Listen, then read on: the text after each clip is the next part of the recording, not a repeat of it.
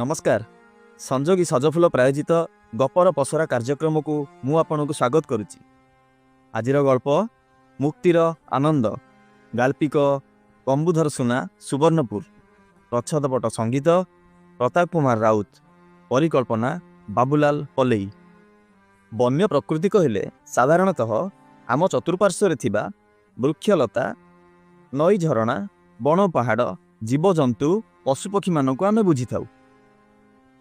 आदिम मनीष यही प्रकृति कोल जन्मलाभ करी यार पानी पवन रे बढ़ी विवर्तनवाद अनुसार असभ्यतार बलय भितर मुक्त होई आज सभ्यतार चरम सोपान रे उपनीत होईची। किंतु आज सेही आदिम मानव सभ्यतार चरम सोपान रे उपनीत होई सुद्धा तार केतेक आदिम प्रवृत्ति छाड़ी पारिनी।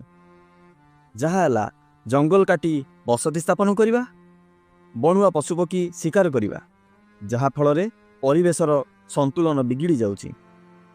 थरे मोर जने बंधुंक सह संबलपुर सुवर्णपुर फेरुथिलु। शीत दिन, समय दिन 2टा। घंच जंगल भितर प्रवेश कलु। देखिलु जंगलर बुकुचिरी लंबी जाइथिबा जातीय राजपथ, ता पार्श्वरे एक ढाबा। आजिकाली ढाबा कहले तो खाली मदमांसर आसर। मोर सांग कोउटु सुनिला के जानी कहला, बंधु ए ढाबारे बणुआ पशुपक्षी मांस खाइबाकू मिले। कहली सत कहूचु? कहला चलनो देखिबा।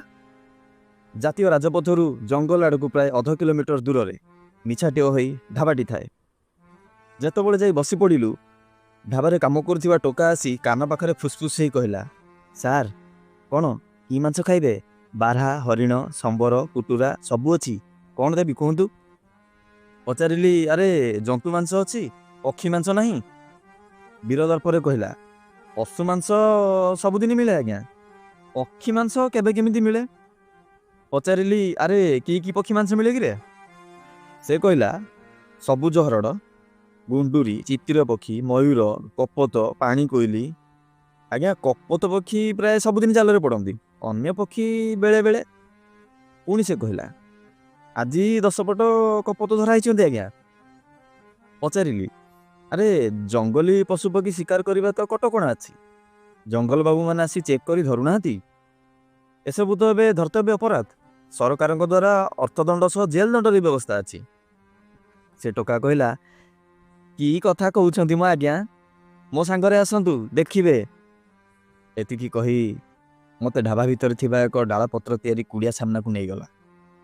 देखाई दे कहला, आज्ञा ए होउछंती आम अंचलर जंगल साहेब, आम फॉरेस्टर आज्ञा। ता आगर जे टेबुल ले सोइछंती से होउछंती आम वन रक्षक, आम फॉरेस्ट गार्ड। एमाने एमितिका जंगल जगुछंती आज्ञा। देखिली दुईकर होश नाही बोधे। टेबुल ऊपर मुह माड़ी सोइछंती। उभयंकर पाटिरू लाला थप थप होई गडुची। पचारिली, अरे एमाने मृत कि जीवित कि रे? से कहला, सार अर्धमृत।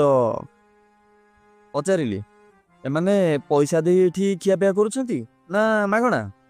कहला, की पैसा आज्ञा, जहा खाइबे जहा पीबे सबु मागेना। सबु शुणी मु भाबुथिली एमाने एठी दरमा आकार रे सरकारक अर्थ श्राद्ध करी जातीय जंगल संपद नष्ट करुछन। एमानकू धर्म किमिति सहुची के जानी। तापरे पचारिली, आमे कपत मांस खाइबू जे एठी नुह, घरकू नहीं घरे मारी खाइबू, कोउठ रखिछु देखैलु। से हमकू नहीं एक बाउंस तैयारी गुड़ा देखाइला। देखिली 10टी सुंदर कपत ता भितर बंदी होई अछंती। भयपूर्ण शत्रुष्ण नयन रे से बाउंस गुड़ा जाली भितरु आमुक अनाउथिले। बोध हुए आमुकू देखी सेमाने भाबुथिले 2 जण व्याधघातक आसीगले। एई क्षणी निर्दय निर्मम भावरे आम मुंड मोड़ी पकाई मांस काटी खाई जिवे। ता भितरु केतोटी कपत आमुकू देखी भयरे लुचिबाकू चेष्टा करुथिले।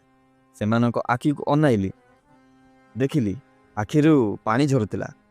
पानी नुहे तो ताहा थिला सेमानक ततला लुह। किछि क्षण हृदयहीन ढाबावाला उपरे मोर क्रोधजात होला। भाबिली सतरे एडे निष्ठुर माने भगवानक सुंदर सृष्टि को एई मानव ही ध्वंस करुची। धुआलिया कौल सकाळे एमानक कुहू कुहू घुमुरा सतरे केते मधुर लागे। एमानक मारी खाइले कोन पेट भरिबो? तथापि निर्बोध मानव मद सहित एमानक चाखणा करे। पचारिली, अरे कपत गोटा केते कि रे? କହିଲା ଆଜ୍ଞା 50 ଟଙ୍କା। ହିସାବ କରି ତା ହାତରେ 500 ଟଙ୍କା ବଢ଼ାଇଦେଲି। ସେ ବାଉଁଶ ଗୁଡ଼ା ସହିତ ମୋ ହାତରେ କପତକ ଦେଇ ଦେଇ କହିଲା ଆଜ୍ଞା ନେଇଯାଆନ୍ତୁ। କିଣି ସାରିବା ପରେ ଗୋଟା ଗୋଟା ଧରି ନୀଳ ଆକାଶରେ ଉଡ଼ାଇ ଦେଲି। ବାଃ, ମୁକ୍ତିର କି ଆନନ୍ଦ! ଡେଣା ଛାଡ଼ି ନୀଳ ଆକାଶରେ ଉଡ଼ି ଉଡ଼ି ଯାଇ ଦୂର ଦିଗ୍ବଳୟରେ ଦେଖୁ ଦେଖୁ ଅନ୍ତର୍ଦ୍ଧାନ ହୋଇଗଲେ। ହୋଟେଲ ଟୋକା ଆଉ ଢାବାବାଲା ବୋକାଙ୍କ ଭଳି ପକ୍ଷୀମାନଙ୍କୁ ଅନାଇଥାନ୍ତି। ଢାବାବାଲାକୁ କହିଲି, ଜଣକୁ ଜୀବନ ଦେବାର ଯଦି ତୁମର ଶକ୍ତି ନାହିଁ, ତାର ଜୀବନ ନେବା ତୁମର କି ଅଧିକାର ଅଛି?